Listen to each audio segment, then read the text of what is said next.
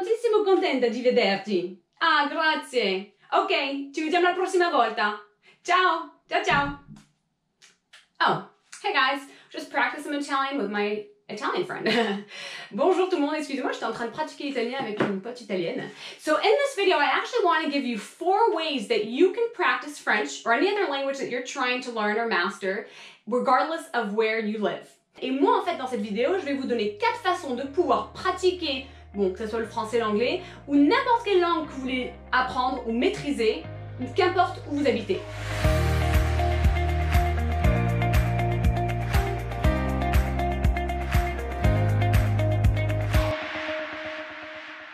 I actually have on the courses at PRATIQUER Academy, where I'm founder and instructor, a bunch of tutorials that show in detail how you would find different ways to practice, and I really lay out everything that you can possibly do to find those groups, to find people to practice where you live. Those are all included in the courses I have available on PRATIQUER Academy. Donc dans les cours les formations que je propose sur PRATIQUER Academy, sur le site de PRATIQUER Academy, c'est vrai que je montre vraiment en détail, j'ai des tutos qui sont très détaillés, qui expliquent comment trouver des groupes, comment faire ci, comment en fait pratiquer la langue, qu'importe où vous habitez. So I'm just giving you a glimpse by providing 4 ways, but you can only imagine how many tutorials and how many other things are included in the courses. Donc là, vraiment, en fait, je vous donne juste un petit avant-goût pour vraiment voir un petit peu, pour avoir quelques astuces pour pouvoir pratiquer, mais c'est vrai que dans les cours, dans les formations que je propose, il y a beaucoup plus d'astuces, il y a beaucoup plus, en fait, de ressources pour vous. So let's dive right in, and first tip is number 1. Tip number 1 is going to be to find groups or some type of meetups where you can practice the language. Donc, astuce numéro 1, c'est de trouver des groupes ou des sorties, des espèces de sorties pour pouvoir pratiquer la langue. So there are groups that are really for that. I will give you a little, not a disclaimer, but I'll give you a little, maybe a piège, a trap you want to possibly avoid. Donc, en fait, il existe des groupes de partout dans le monde pour justement pouvoir pratiquer une langue. Par contre, je vais vous donner juste peut-être, il y a un petit piège à éviter. So the trap to avoid is that some of these groups, they just like the French food or they like the French culture, but they're not actually practicing. So if you're there to practice, just be mindful, and as you explore these different types of groups, then try to find the ones that are really there to practice the language, to actually communicate in the language.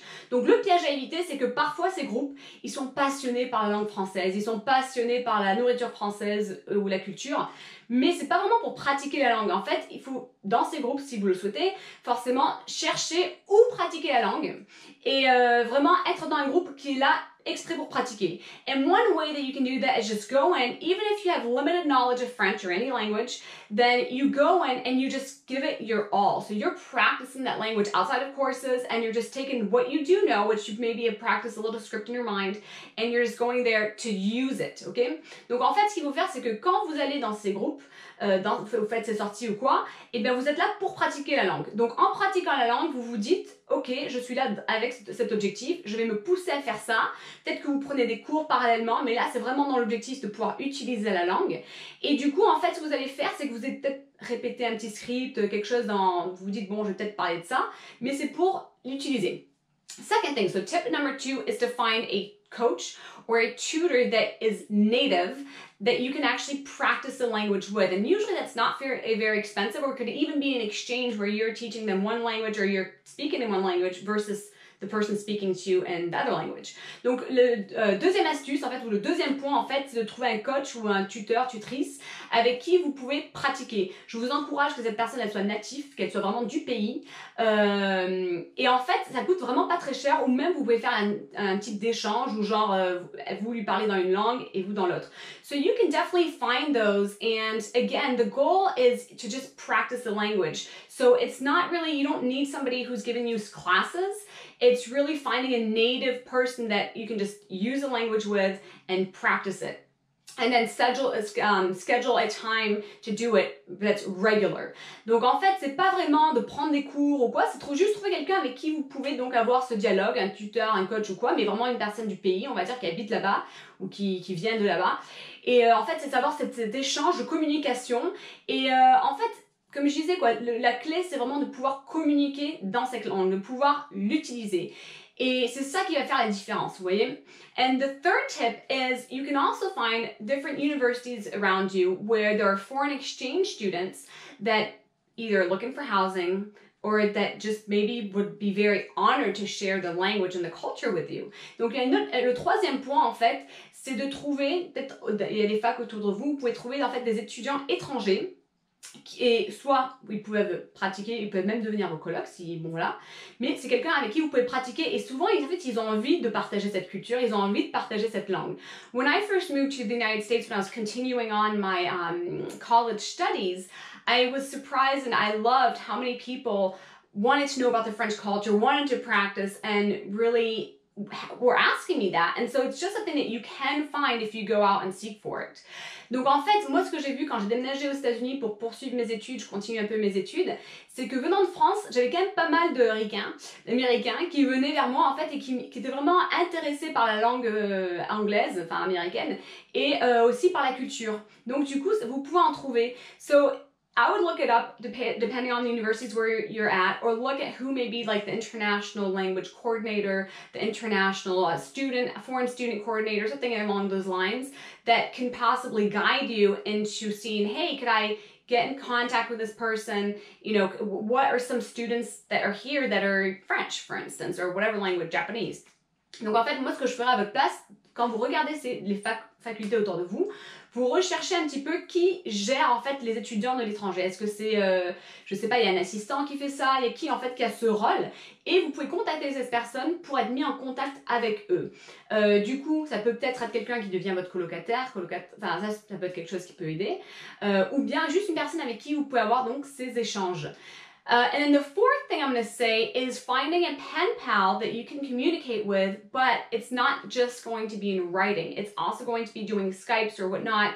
And again, it can just be something that they're just passionate about, that they are going to offer, or it can be an exchange, one language for another language. Et le quatrième point, en fait, c'est de trouver un correspondant ou une correspondante donc qui parle cette langue. Et ne vous dites pas correspondant dans le sens que juste on s'écrit des lettres, des mails et tout ça, mais c'est plutôt dans le sens de se faire des Skype, de se voir en fait pour pouvoir bien pratiquer la langue.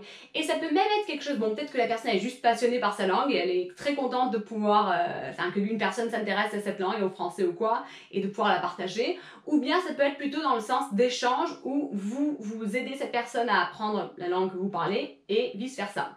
Donc c'est à vous de voir. So those are just 4 tips that I found that really make the difference. Obviously taking a course such as courses on Valtaire Academy are really effective. But you also have to link that to practicing it, and there are ways that you can do that every single day regardless of where you live. And that's just giving you like a little foretaste of, you know, so many different resources I provide.